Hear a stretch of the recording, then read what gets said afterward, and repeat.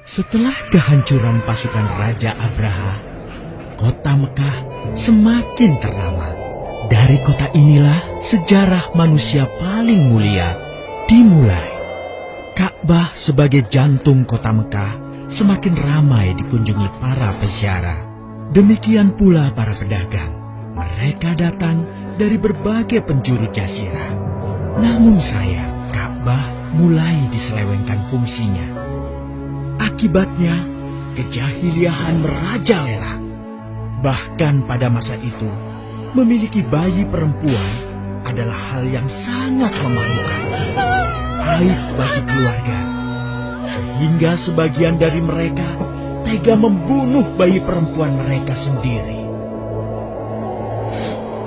Di tengah kondisi masyarakat jahiliyah itulah Nabi Muhammad dilahirkan. Bayi luar biasa itu lahir dari rahim seorang wanita mulia bernama Aminah. Pada saat itu ditandai peristiwa-peristiwa yang luar biasa. 10 balkon istana Kisra runtuh. Juga padamnya api-api yang biasa disembah oleh orang-orang Majusi.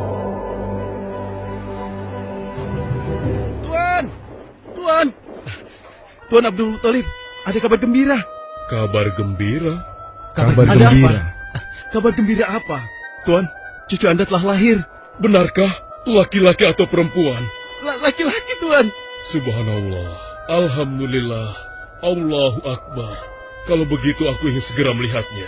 Mari, Tuan. Setelah mendengar itu, Abdul Muthalib bergegas menuju ke rumah Aminah.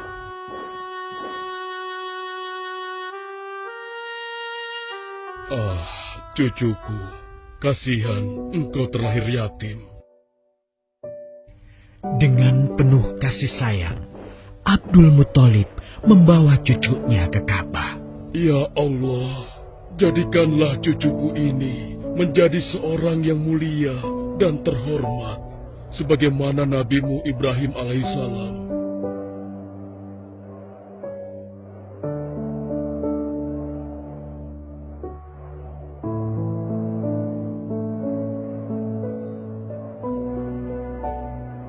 Siapa namanya, Ayah? Muhammad. Muhammad? Iya, aku akan menamainya Muhammad. Artinya yang terpuji. Kehadiran Muhammad kecil sungguh memberi kebahagiaan. Tidak hanya bagi keluarga Bani Hashim, bahkan seluruh kabilah suku Quraisy menyambutnya dengan sukacita. Kemudian Abdul Muthalib mencarikan ibu susu bagi Muhammad kecil. Kita sudah berhari-hari mencari anak susuan, yang dari situ kita akan mendapatkan imbalan yang cukup. Namun hingga saat ini, belum juga kita dapatkan. Ya, istriku, aku mengerti. Apa kita terima saja bayi yatim itu? Muhammad maksudmu? Iya, cucu dari Abdul Muthalib. Kasihan dia. Hampir semua teman-teman dari rombongan kita tidak ada yang mau menyusuinya. Karena tidak ada harapan untuk mendapatkan imbalannya dari ayah bayi itu. Betul juga engkau, istriku. Kasihan anak itu. Aku mendukungmu jika engkau susui dia. Mudah-mudahan Allah memberikan keberkahan bagi kita. Halimah segera mendatangi Abdul Muthalib. Dia bersedia untuk menjadi ibu susu dan pengasuh bagi Muhammad kecil. Betapa gembira Abdul Muthalib mendengarnya. Halimah dari Bani Sa'ad itu akhirnya dipercaya Abdul Muthalib untuk mengasuh cucunya 2 tahun lamanya. Ayo istriku, kita berangkat sekarang. Sebentar lagi suamiku. Insya Allah kita berangkat sampai anak ini kenyang. Kalau begitu, aku lanjutkan berkemas-kemas dahulu. Hah? Ada apa suamiku? Lihat, unta dan keledai kita. Mereka demikian sehat, tidak seperti sebelumnya. Subhanallah. Betul suamiku, tidak seperti kemarin. Demi Allah, kau tidak salah memilih istriku. Kau telah mengambil anak yang dipenuhi dengan barokah. Allah melimpahkan keberkahan atas Halimah dan suaminya. Mereka pulang ke kampung Bani Sa'ad dengan penuh rasa syukur. 2 tahun berlalu sudah. Tugas Halimatus Sa'diyah sesungguhnya telah usai. Saatnya Muhammad kecil harus dikembalikan kepada ibunya. Terima kasih Halimah. Engkau telah merawat anakku dengan baik selama 2 tahun. Tidak ada yang bisa kuberikan, kecuali aku berdoa. Semoga Allah memberkahi engkau dan keluargamu. Amin. Saya juga bersyukur diberikan kepercayaan dan kesempatan merawat anakmu, wahai Ibu Aminah. Namun, begini Bu, mohon maaf. Kalau boleh, izinkan aku merawat Muhammad lebih lama lagi. Aku masih sangat sayang padanya. Baiklah, kalau begitu aku setuju dengan usulmu. Bawa dan rawatlah Muhammad sebagaimana dia anakmu sendiri. Terima kasih Ibu, terima kasih. Begitulah, Muhammad kecil kembali ke tengah-tengah Bani Sa'ad. Ia tumbuh menjadi anak yang memiliki banyak teman. Karena kemuliaan akhlaknya. Tatkala berusia sekitar 4 tahun, terjadilah suatu peristiwa. Muhammad, Bu! Muhammad! Muhammad? Kenapa Muhammad? Muhammad dibawa orang. Hah? Dibawa orang? Diculik? Coba ceritakan. Ketika kami tengah bermain, tiba-tiba ada orang dewasa datang. Dia langsung membawa pergi Muhammad dan membunuhnya. Hah? Membunuhnya? Ya Allah, di mana? Di mana? Antarkan ibu ke sana. Dengan perasaan cemas, Halimah bergegas menuju tempat itu. Dan dilihatnya, Muhammad kecil tengah terduduk. Muhammad, apa yang terjadi denganmu? Dengan sangat tenang dan jelas, Muhammad kecil menceritakan apa yang telah terjadi. Bahwa seseorang telah membelah dadanya, mengambil hatinya, kemudian mencucinya dan mengembalikannya lagi ke tempatnya semula. Maka sesungguhnya yang datang itu adalah malaikat Jibril. Dia ditugaskan Allah untuk mencuci hati Rasulullah sehingga bersih dari segala kecenderungan setan. Subhanallah, sungguh anak ini bukanlah anak sembarangan. Sebaiknya aku kembalikan saja kepada ibunya. Peristiwa itu membuat Halimah sangat khawatir. Maka bergegaslah Halimah mengembalikan Muhammad kecil kepada ibunya. Menginjak usia yang ke-6 tahun, Muhammad kecil diajak ibunya untuk berziarah ke makam ayahnya, Abdullah di Yathrib. Dalam perjalanan pulang kembali ke kota Mekah, Aminah pun jatuh sakit. Dari hari ke hari, tubuhnya semakin melemah. Hingga di sebuah kota bernama Abwa, letaknya antara Mekah dan Yathrib, Aminah meninggal di sana. Dan Muhammad kecil pun menjadi seorang anak yatim piatu. Sejak itulah, Muhammad kecil dirawat dengan penuh cinta dan kasih sayang oleh kakeknya, Abdul Muthalib. Muhammad, sudah berhentilah memerah susunya. Insya Allah, sudah cukup untuk persediaan kita hari ini. Beristirahatlah sejenak. Makanlah agar kau tetap sehat.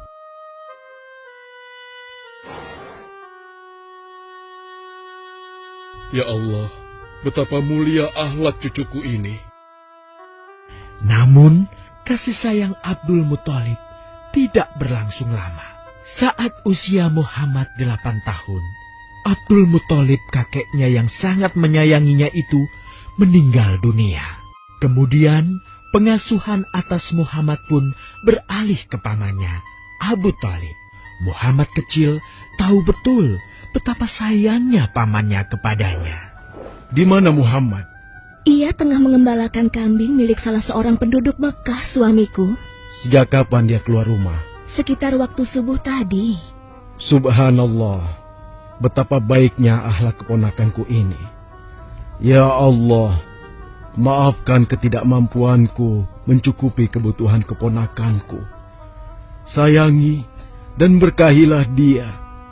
Jadikanlah dia orang yang mulia di antara manusia.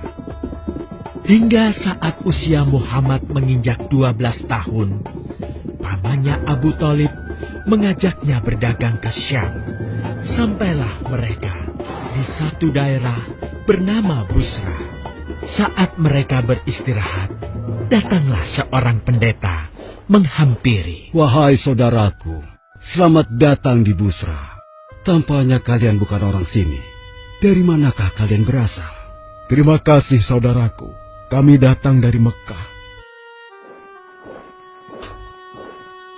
Lalu, siapakah gerangan anak ini? Ini adalah keponakanku, Muhammad namanya. Apakah engkau bertanggung jawab atasnya, Tuan? Ya, Kemana ayahnya? ayahnya sudah meninggal sejak ia masih dalam kandungan. Oh, apakah kini dia yatim piatu? Benar, Aku sungguh beruntung bertemu dengannya. beruntung. Beruntung apa? Sungguh, keponakanmu ini adalah orang yang sangat istimewa. Oh ya? Ya, dia adalah seorang nabi, Hmm? seorang utusan Allah. Bagaimana kau tahu hal itu? Aku tahu karena aku seorang pendeta, dan berita kedatangan dia sebagai seorang utusan Allah sudah disampaikan di dalam Injil. Bahkan aku pun bisa mengetahuinya dari cincin kenabian yang berada di bagian bawah tulang rawan bahunya, yang menyerupai buah apel sebagai tanda kenabiannya. Begitulah pendeta bernama Bahira menyampaikan kepada Abu Thalib perihal kenabian Muhammad. Ia berpesan agar menjaga baik-baik keponakannya itu, karena Muhammad kelak di suatu saat nanti akan menghadapi banyak gangguan dan rintangan. Istriku, Muhammad sudah berusia 25 tahun. Aku pikir sudah saatnya dia untuk menikah. Betul, suamiku. Namun, dengan siapakah dia akan kita jodohkan?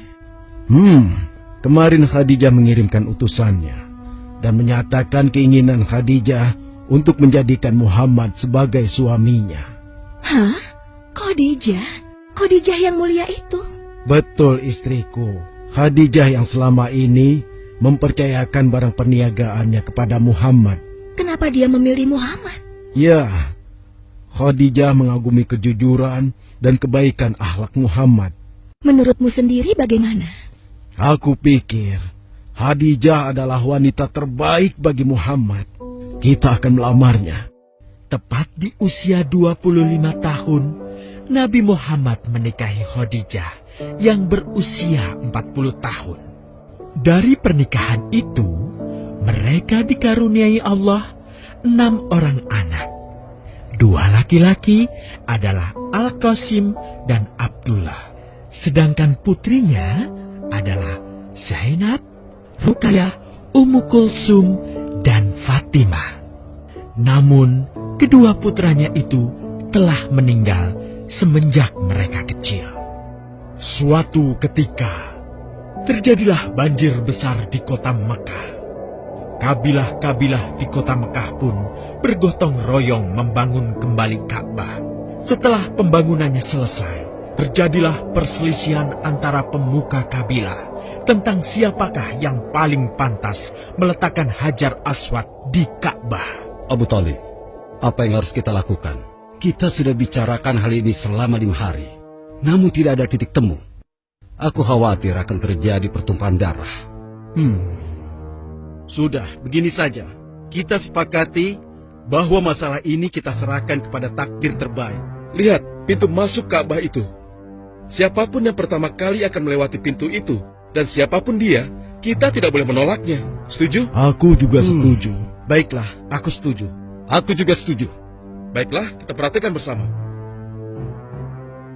Tidak lama setelah kesepakatan itu, atas izin Allah, Nabi Muhammad menjadi orang pertama yang memasuki pintu menuju Ka'bah. Alhamdulillah, segala puji bagi Allah. Ternyata Muhammad, dan memang dia adalah orang yang tidak pernah kita temui ada celah. Betul? Betul. Betul. Betul. Betul. Nabi Muhammad pun menerima kepercayaan itu. Dengan kebijaksanaannya, Nabi Muhammad meminta sehelai kain, lalu meletakkan Hajar Aswad di atasnya. Nabi Muhammad mempersilahkan seluruh pemuka kabilah untuk memegang ujung-ujungnya dan mengangkatnya secara bersama-sama. Setelah sampai pada sudut Ka'bah, giliran Nabi Muhammad meletakkan Hajar Aswad di tempatnya semula. Terhindarlah perpecahan di kota Mekah.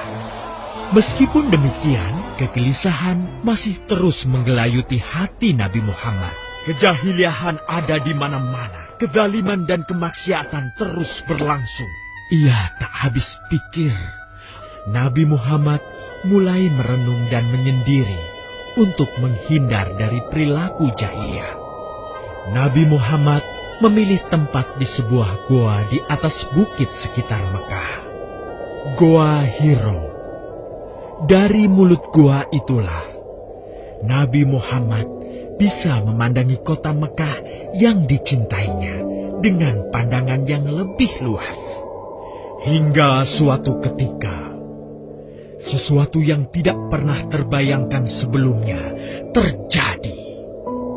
Tiba-tiba, goa itu menjadi terang benderang. Kemanapun arah mata melihat, di sanalah cahaya itu ada. Itulah malaikat Jibril. Jibril berkata, "Bacalah." Dengan gemetar, Nabi Muhammad berkata, "Aku tidak bisa membaca." Malaikat Jibril lantas merangkul Nabi Muhammad SAW dengan kuat hingga nafas beliau sesak. Seraya berkata lagi, "Bacalah." Sampai akhirnya malaikat Jibril membantunya setelah merangkulnya dan menyuruhnya membaca hingga 3 kali. Kemudian malaikat Jibril membantunya membaca. "Bacalah dengan menyebut nama Tuhanmu yang menciptakan. Dia telah menciptakan manusia dari segumpal darah. Bacalah, dan Tuhanmulah yang paling pemurah, yang mengajarkan manusia dengan perantaraan Al-Qalam. Dia mengajarkan kepada manusia apa yang tidak diketahuinya." Kalimat suci telah terucap. Resmilah sudah. Dari dalam Goa Hiro, Allah mengangkat Nabi Muhammad SAW sebagai penuntun dari kegelapan menuju cahaya, dari keburukan menjadi kebaikan, dan dari kesengsaraan menuju ke keselamatan.